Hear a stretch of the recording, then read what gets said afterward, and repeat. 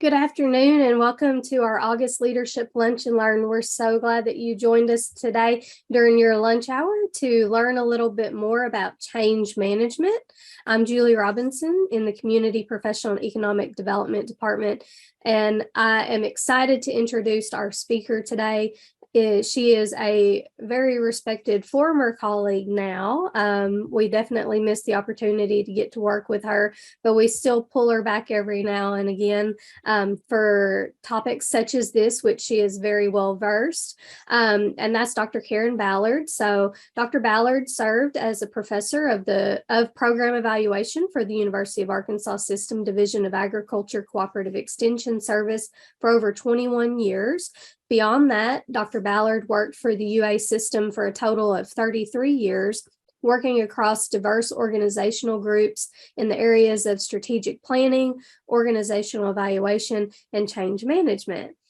Dr. Ballard is a past president for the National Association of Extension Program and Staff Development Professionals, receiving the National Outstanding Contributor Award in 2017. More recently, in 2019, Karen co-founded B&B Legacy Farms, LLC, working to build a collaborative whole soy food value chain in the Delta. She's currently conducting research and development across 6 states in support of this goal. Karen and her husband, Danny, are the parents of an adult son, Grant, and daughter, Lauren, and split their time between their home in Roland, Arkansas, and the family farm in Beattyville, Arkansas. And so, as you can imagine, Dr. Ballard is a very busy person, but we are so glad that she's going to visit with us today about change management. So, Dr. Ballard, I'll hand it over to you. Thanks, Julie. I want to welcome everyone to the farm, and we'll get started with our presentation on change. They say in Washington, at least I've always been told, that all politics are local. I think that was Del Bumpers that said that. But I'm here to tell you today that all change is personal. It starts personal, it continues personal. And if you want to lead change, you've got to start by understanding the impact of change on yourself and the way it influences what you do. So we're going to start by talking. I want to tell you that right out of the gate that change is something I've been having to work on most of my life. I graduated with a master's in social work and began working with alcoholics in the Ozark Mountains in 5 counties. And there was a judge that sentenced everyone, and I do mean sentenced everyone, to come see me. And basically, I was their get out of jail free card if they had a DWI. And so I thought that I was going to be beloved among this group of folks that were sitting in jail. Not so much. That some of them would rather sit in jail than come see me. That was a terrible blow to my ego at 22. But I didn't know much about change in those early years. And I certainly didn't know much about helping other people change. On one wall in this little country clinic that I worked in was this quote that it took me years to understand, but it was phenomenal once I did. God grant me the serenity to accept the things I cannot change, courage to change the things that I can, and wisdom to know the difference. It seemed so simple, seemed nice, but didn't seem to apply to me or to the people I worked with. And that's probably why I wasn't very good. So I want to jump right in and tell you that how my journey started with going to a workshop, because all of the folks I worked with continued to get DWIs. It was publicly embarrassing. So I obviously was not good with this change stuff. So I went to this workshop. I'll never forget it. My first year of work. And they had us do this very sophisticated survey where it wasn't subjective. It was very objective. We didn't tell people how we felt. We just went through a series of questions, a lot of questions, about what was going on in our life and what kind of changes had occurred in our lives, or losses or challenges. And so then they scored them. I'm going to give you not this complicated, detailed survey, but I'm going to give you the opportunity to kind of consider just for a moment where you are at this moment in time. So I'm going to ask, what's your level of change? You're going to have a chance in just a moment to respond to it. I want to say that this is a warning label on this presentation. Change does not stand still for anyone, and this presentation is not going to stand still. So we're going to be moving through change and giving you the opportunity to engage in kind of check where you're at and what you're thinking and what your experience is currently. So we start with just where are you at today? What's your level of change? We will look at the results together. And so what we're seeing right now is little to no change in about 15%, minor changes in 20, moderate change in 40, and a significant amount of change for 25%. So a whole range. Isn't that interesting? There's a whole gamut of that. And I think you're going to see something like that pretty often. Moving on, I want to tell you that when I took this survey and did the 100+ questions that was involved with it, they gave us a score. It wasn't just a percentage. We got an individual score, and I almost made 100 on this change stress spectrum. And it was so bad that I went and talked quietly, slept up to the speaker and said, what does it mean? And basically there was a range of recommendations they gave us if we scored at those higher levels. The first is if you have a low level of change, like many of you said, that you're pretty stable and steady. That's really, a low level of change, and you're probably doing pretty good. If you have minor changes, you probably just need to exercise, get a little more rest, and pay attention. If you have moderate change, which about 40% of you did, then you need to be careful, and you might even need to reevaluate your support systems, maybe see a counselor or see a doctor if you're having sleep disturbances.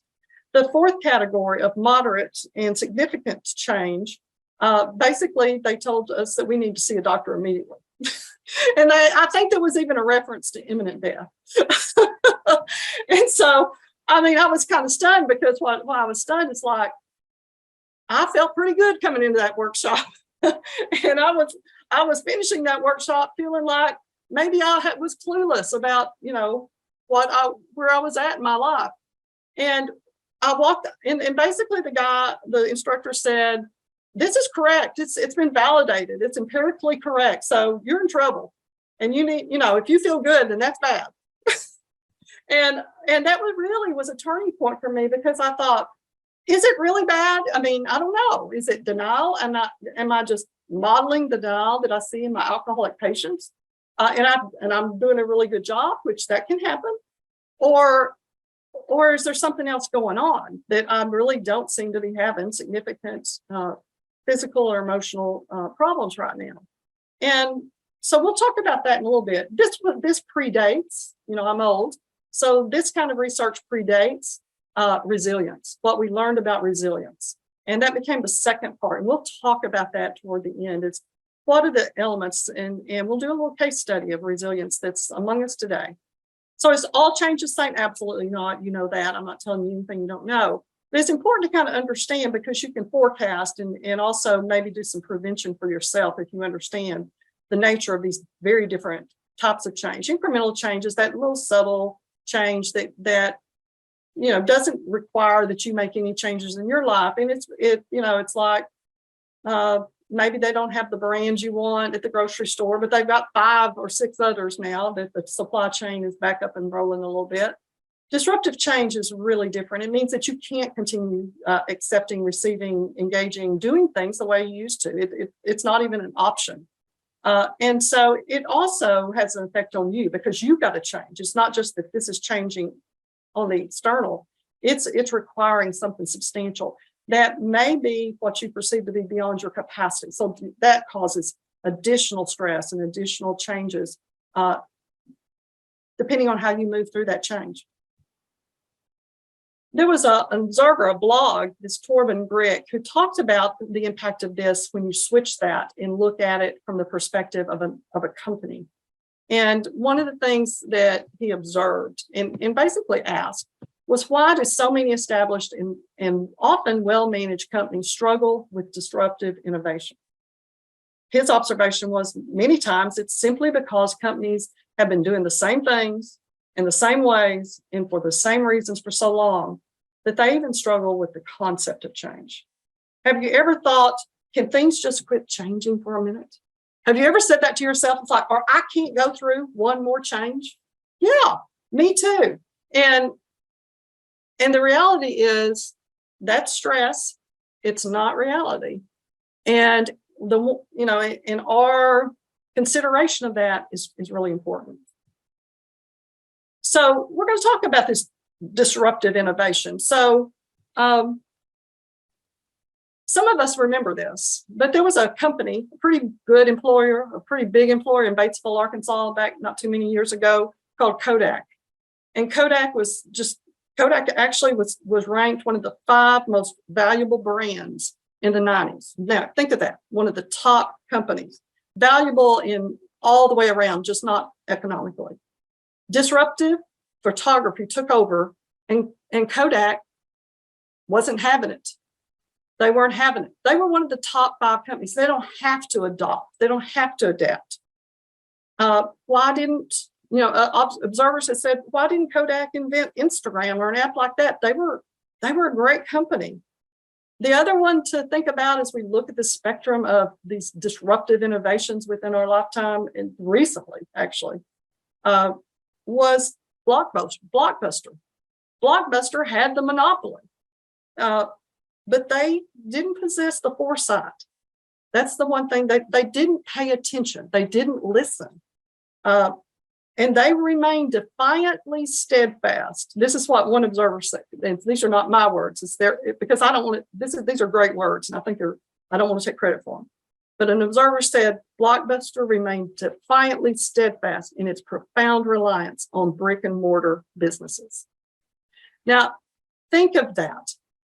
Think of how that kind of steadfast defiance in the wake of shifting populations and needs and technology applications and understanding. We're always learning. The knowledge is not standing still. But what do we do with that knowledge?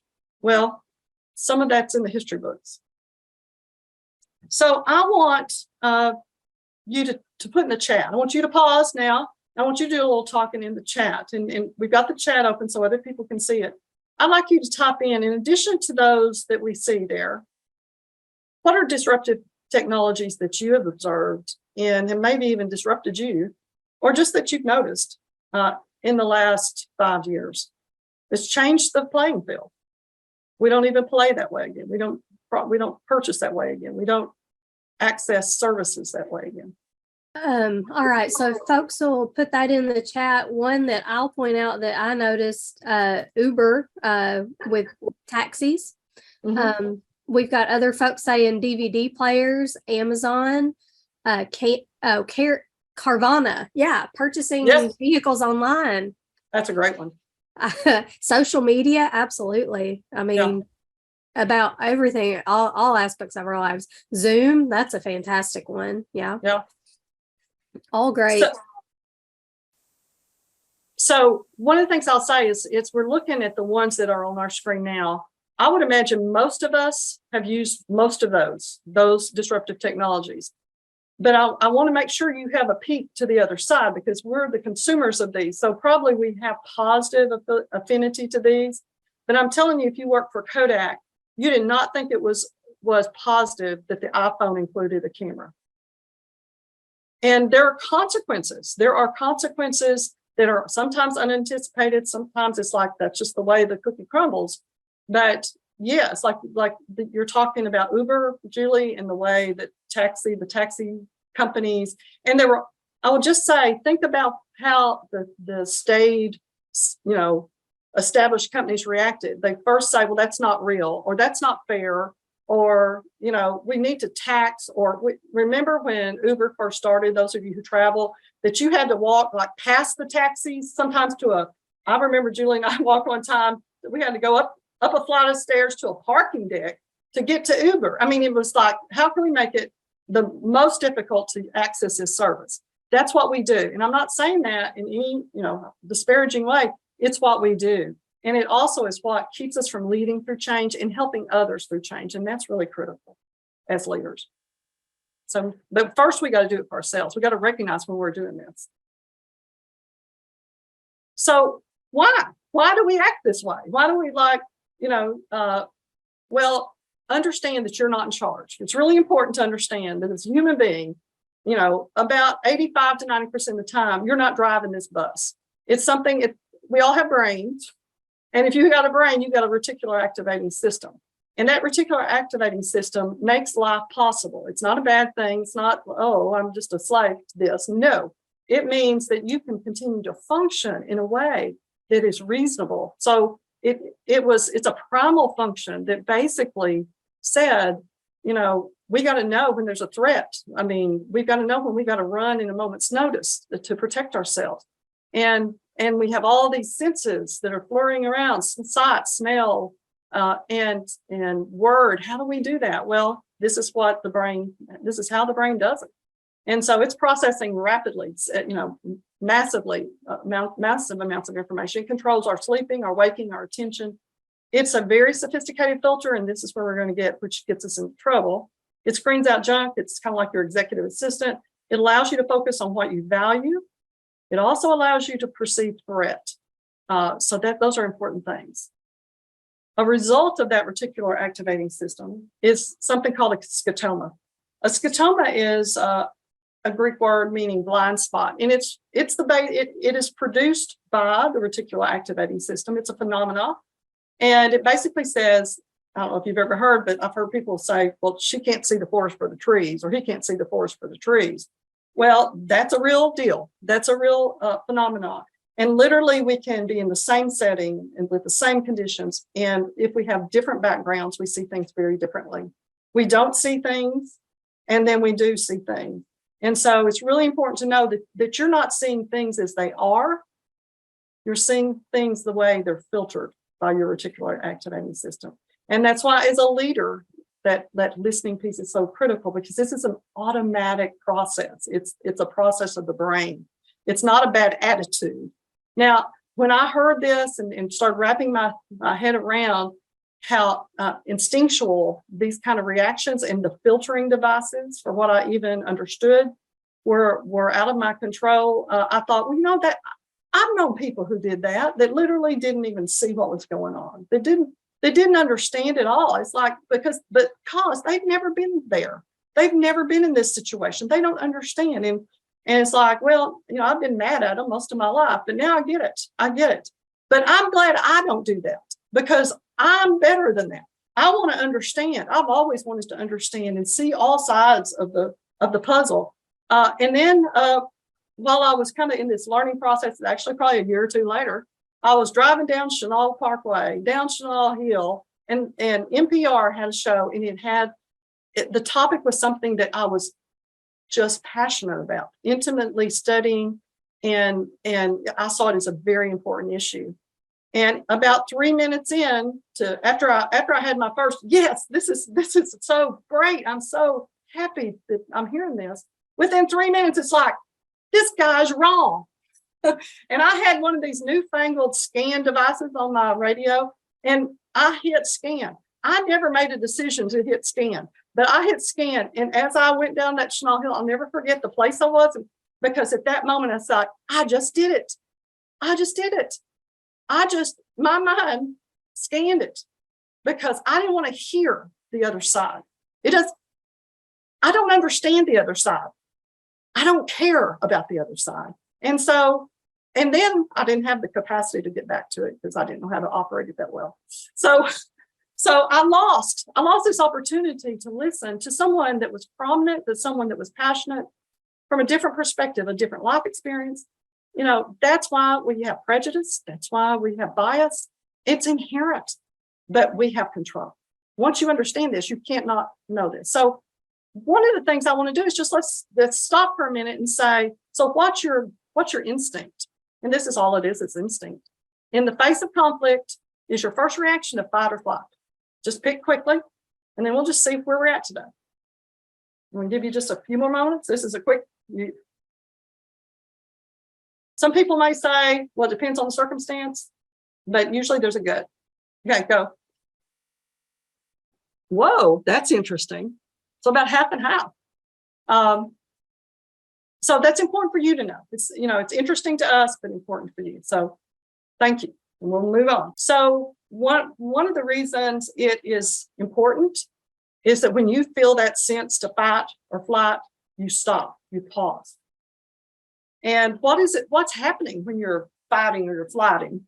Well, physiologically, you're putting yourself into tremendous stress. Now, that's why awareness on an individual level is so important, because your instinctual reaction is not, you're probably not making that choice, honestly. Your reticular activating system is making that choice.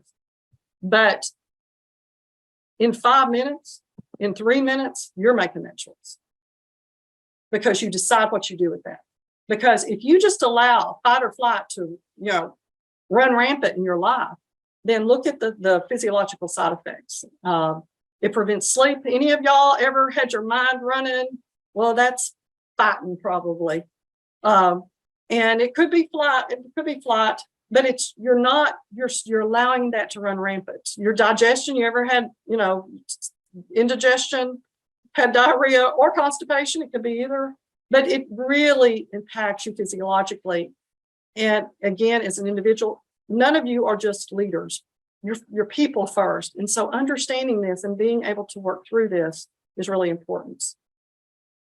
So the other side of this coin is another thing that we struggle with when we're trying to assist others with change and management is cognitive dissonance. And you probably all had this in biology or psychology at some point in your life, but it's basically very simply the stress of sustaining two opposing ideas in order to collect information. In order to collect information, to really pause in that fight or flight stance and listen, you've got to have pain. There's some pain there. There's some discomfort. That's not the end of the world. And this cognitive distance cartoon is about our food culture. On the one side, you may be thinking animal cruelty is wrong, killing animals is wrong. On the other side, you may be thinking, but it's also so delicious. I'm not quite ready to give up my bacon. And then below there, you see mood. So there's like 3 perspectives there, not 2 or 1. And that's the important thing, is that cognitive dissonance is okay. We'll survive cognitive dissonance. It'll get us to a better place. Understanding that it's not going to be comfortable is important. So I want to ask y'all, how many of you have eaten a plant-based protein meat? And select all that apply, just any of these, take a minute. How many of you have eaten these? All that apply. And so, Dr. Ballard, while folks are filling that out, I'll ask, does tofu count? I would say no, in its just pure form. Okay. Because it's not marketed as a meat in that form. That's a good question. Without getting you to go down your food rabbit hole. I'm not going there. Okay, Rita, let's see what we got. Ooh, a big cross section. So 26% have not eaten any plant-based meats, which means that the broad majority, have eaten 1 or more. Most, the Impossible Burger, that's a nod to marketing, obviously.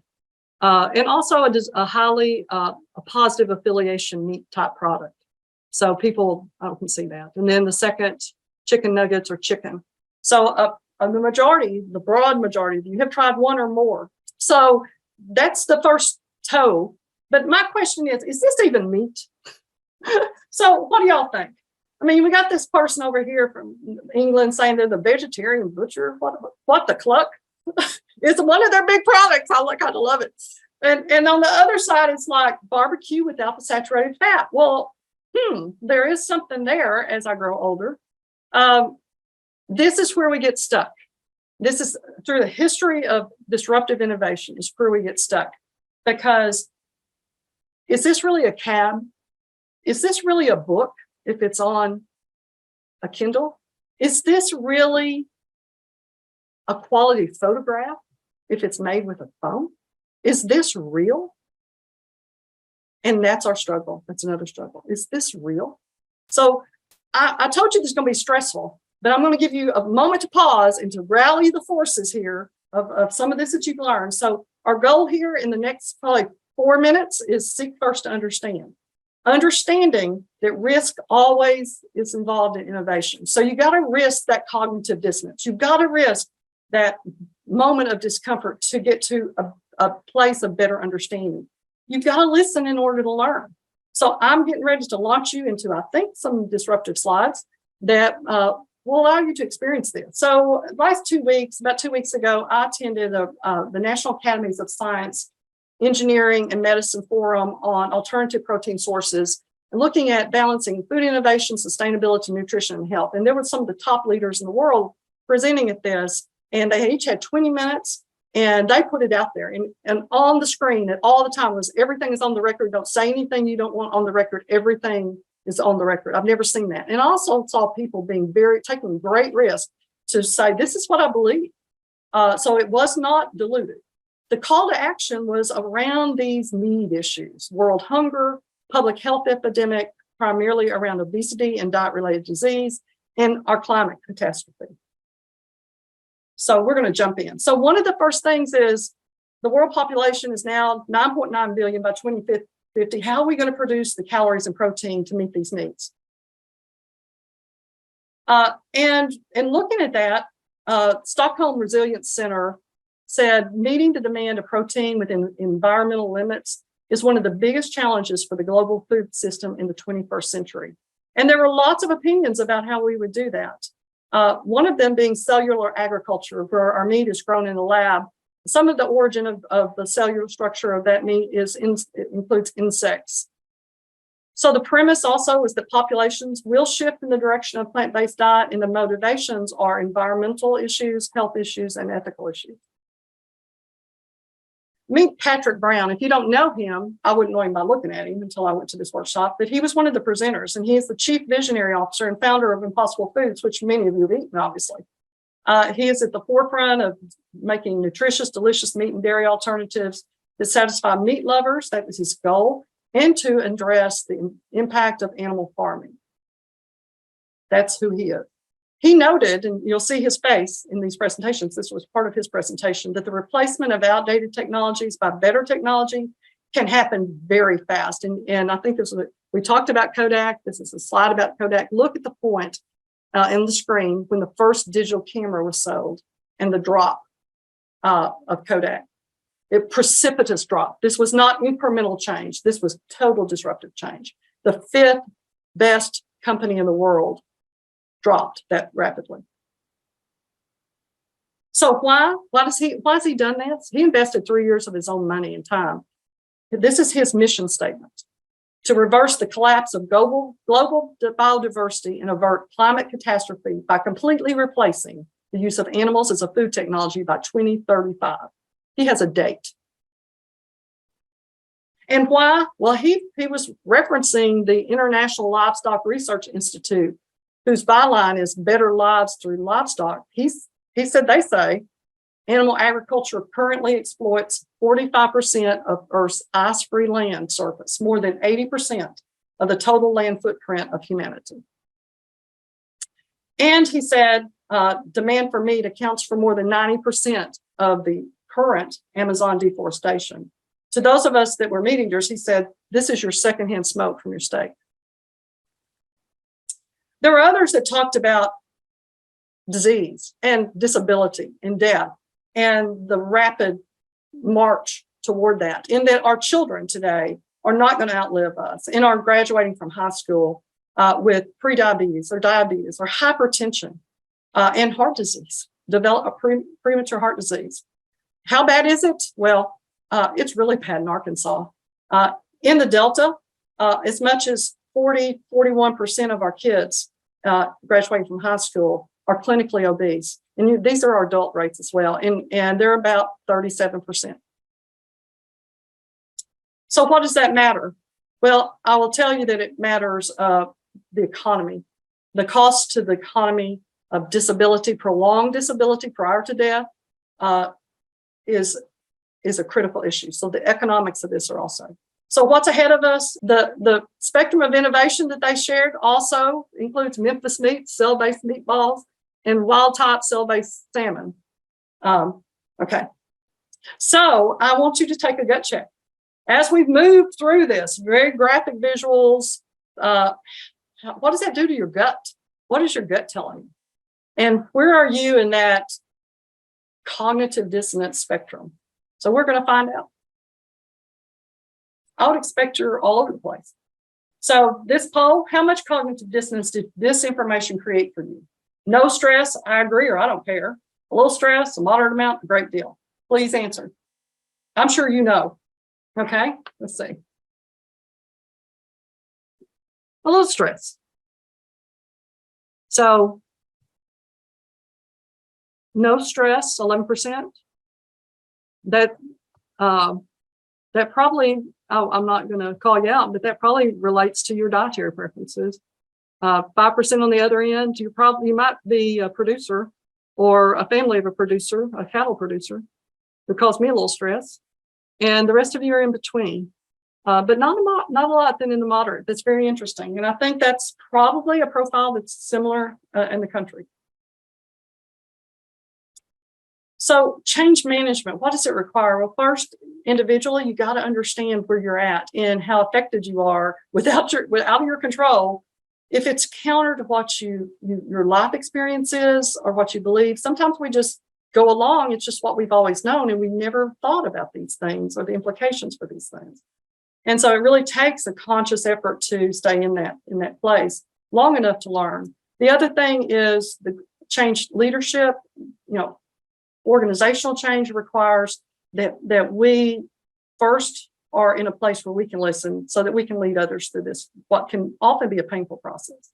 So we're going to jump into, in our closing, the modern day case study for resilience. And so I saw a story about Earl Mellinger about 3 weeks ago. And this is Earl. He's celebrating his 105th birthday. He's the oldest farmer in America. And sitting beside him is his sister. She's 101 years old and still living by herself.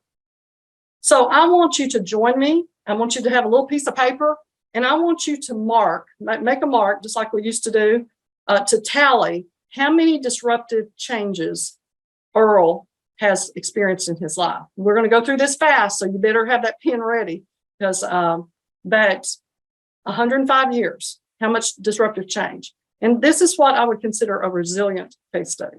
So Earl is the oldest living resident of Oslo, Minnesota. He has farmed with both horses and modern farm equipment and witnessed firsthand the birth of the American Crystal Sugar Company Cooperative. His family were among the first sugar beet farmers in the Red River Valley, and they farmed 1,000 acres. Earl was born there in 1917. He weighed about 13 pounds at birth and was the fourth of the children. There were 4 boys and 3 girls. He said, one of my sisters passed away from flu in 1918, and one of my brothers died in the service. Dad took one look at me and said I was going to be a farmer. Mellinger said with a laugh. I'm glad he did.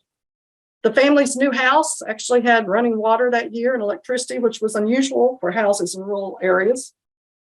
Dad was very progressive, he said. He started farming in 1918 on land he cleared from timber. Mellinger attended school in a 1-room schoolhouse and had 29 students from kindergarten through 8th grade. I walked 2 miles to and from school each day, Earl said. I walked past people's houses and more kids would join me. Mellinger began farming with his father after his 8th grade graduation in 1932. And the family farmed with horses until 1936 when Peter bought the combine. I was 19 years old, and the dealership took horses and traded for tractors and other equipment. We traded horses for a combine, Mellinger said. I ran the combine, but I missed those horses. They were extremely well trained. It was in the 1930s, in this picture you see here, that Mellinger talked about the importance of community and that they even had fun, even amidst the fact that they could barely eat. This is a picture of them ice skating on a frozen pond in Minnesota. Mellinger married his wife, Julia, in 1946, and the couple farmed for over 30 years. In 1978, Julia passed away, and Mellinger remarried in 1980.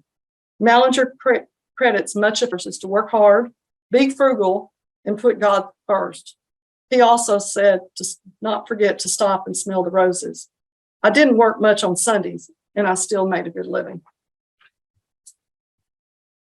So Earl has a lot to teach us about how to be resilient in the midst of change. And I think his references in his own story about the people around him and the relationships and the connections, even at that little diner that he still goes to every day. The connections were really, really powerful. So as we look as leaders, there's three top things. This number one, the awareness of business reasons for change. Employees need to understand what the deal is. It's not just do so because I said so, which at one time was the manner. It's not just a hierarchical process. People are people, and they need to understand why. The other thing is that people have to have a desire to engage and participate in change. Just because you say so, that means it's going to happen, and it's hard. The other thing is it's difficult. So people need to understand what's in it for them. That's often said with a bad spin to it, but that's the way we are. There should be something in it for us. But oftentimes leaders don't take the time or give concern enough for employees, at least the research shows that, to help employees see what the value is in this change. And then to provide employees with the knowledge about how to change. It's not, well, you go figure it out. I mean, I've actually been told that. But that's not what, particularly in disruptive change, people are very scared because they don't know if they can build that new skill set, particularly in the realm of technology. So these top three things are really critical for leadership during fundamental change. There's a company called ProSci that I've received training from. This is not a commercial, but they've got a great research-based approach, and it's throughout the literature.